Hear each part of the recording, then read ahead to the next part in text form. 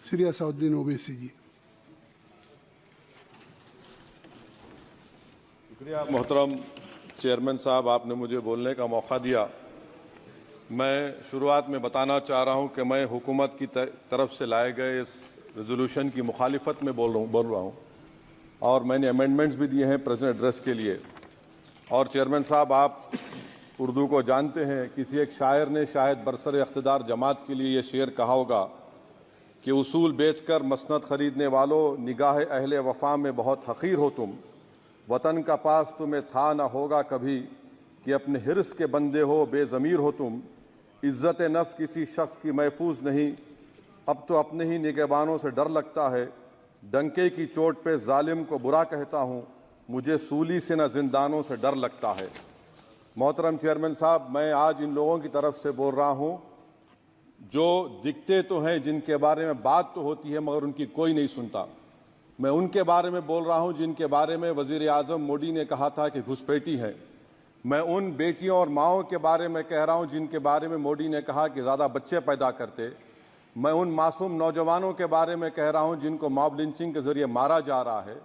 मैं उन बेज़ुबान माँ और बाप के बारे में बोल रहा हूँ जिनकी औलाद आज इस हुकूमत के गलत कानून के चक्कर में जेलों में सड़ रहे हैं। सर, मैं दस्तूर जब इस ऐवान में बन रहा था, संविधान बन रहा था, तो उस वक्त अलहदा वोटर लिस्ट और इंतखाबी रिजर्वेशन की बात आई तो उस वक्त के हमारे फाउंडिंग फादर्स ने, हमारे बुजुर्गों ने, दोनों समुदाय के हिंदू और मुसलमानों ने फैसला किया कि हम इस पर राजी नहीं होंगे। बल्कि उन्होंने क्या कहा था हमारे फाउंडिंग फादर्स ने, उन्होंने मुखालिफत की थी अलहदा वोटर लिस्ट की और इंतखाबी रिजर्वेशन की। उन्होंने कहा था, I quote sir, it is the duty of majority community to ensure that minorities are elected in the representative numbers. BJP मुसलमानों की नफरत पर जीतती है और मुसलमानों के नाम निहाद मसीहा मुसलमानों के 90% ज्यादा वोट हासिल करते हैं, मगर फिर भी इस ऐवान के दरवाजे नहीं खुलते मुसलमानों के लिए और सिर्फ 4% मुसलमान जीत कर आते हैं। सर, संविधान सिर्फ एक किताब नहीं है जिसे चूमा जाए, संविधान एक किताब नहीं है जिसे दिखाया जाए, संविधान एक सिंबल भी है, मगर संविधान एक हमारे बुजुर्गों के ख्वाबों की किताब है। हमारे जमहूरियत को हमारे बुजुर्गों ने इस तरह समझा, हमारे फाउंडिंग फादर्स ने इस तरह जमहूरियत को समझा कि इसमें हर समुदाय और मजहब और समाज के मानने वाले लोगों की राय को शामिल किया जाएगा इस मुल्क को चलाने के लिए। मगर इस ऐवान में सिर्फ 4% मुसलमान जीत कर आते हैं। मैं संविधान से जो मोहब्बत के दावे करते हैं उनसे कहूंगा कि कभी उठाकर पढ़ो कॉन्स्टिट्यूएंट असेंबली डिबेट्स में कि नेहरू ने, H.C. मुखर्जी ने, सरदार हुकुम सिंह ने माइनॉरिटीज के बारे में क्या कहा था। सर, वतन अजीज का मुस्तकबिल कैसा होगा जब बीजेपी मुझे गायब करना चाहती है और दीगर हिज़्ब इख्तिलाफ की पार्टियां के लिए मेरा वजूद सिर्फ वोट डालना और अपनी खबर में जाकर सो जाना है। इसीलिए आप देखते हैं कि समाजी इंसाफ है सर कि 4% मुसलमान जीत कर आते हैं। सर, इस ऐवान में ओबीसी समाज के एमपी अब अपर कास्ट के एमपी के बराबर हो चुके हैं।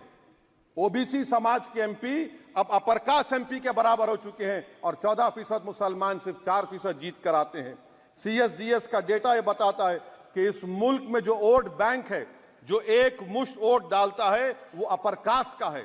मुसलमान का कभी ना वोट बैंक था ना कभी रहेगा। सर, 4 जून के बाद 6 मुसलमानों की मॉब लिंचिंग हुई। 11 घरों को मध्य प्रदेश में मोदी के बुलडोजर ने निस्तो नाबूद कर दिया। हिमाचल प्रदेश में एक मुसलमान की एक दुकान को लूट लिया गया और हिज़्ब इख्तिलाफ की पार्टियों की तरफ से सन्नाटा है।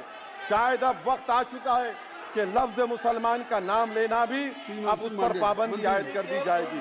सर, मैं ये बात बताना चाह रहा हूँ कि नरेंद्र मोदी को जो मैंडेट मिला है। एक मिनट,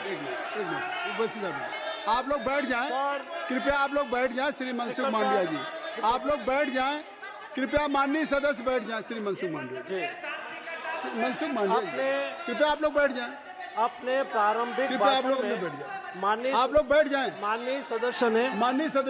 माननीय सदस्य ने अपने प्रारंभिक भाषण में जो शब्द प्रयोग करा है उसको ऑथेंटिकेट करा जाए। और अभी उन्होंने उल्लेख करा कि मोदी के बुलडोजर ने वहां मॉब लिंचिंग करा है उसको भी ऑथेंटिकेट करा जाए। निश्चित तौर से इसको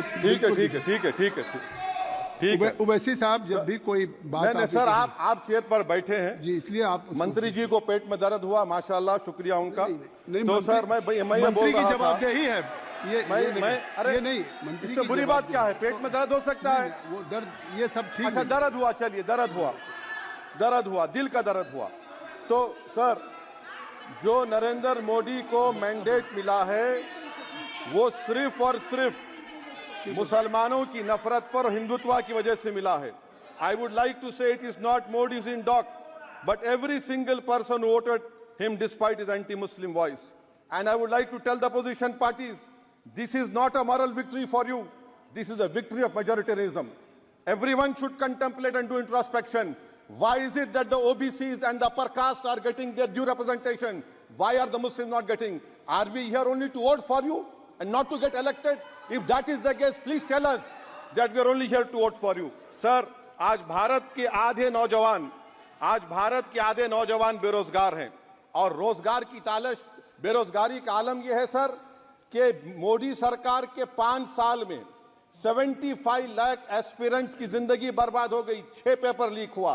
बेरोजगारी का आलम यह है सर कि रशिया जा रहे हैं, वहां जाकर अपनी जानों को दे रहे हैं। बेरोजगारी का आलम यह है कि नरेंद्र मोदी रोजगार का कैंप चलाती है नौजवानों के लिए कि तुम इजराइल में जाकर काम करो, उनको कैनन फॉडर बना रही है ताकि फलस्तीनियों की जायदादों को हड़प कर सके।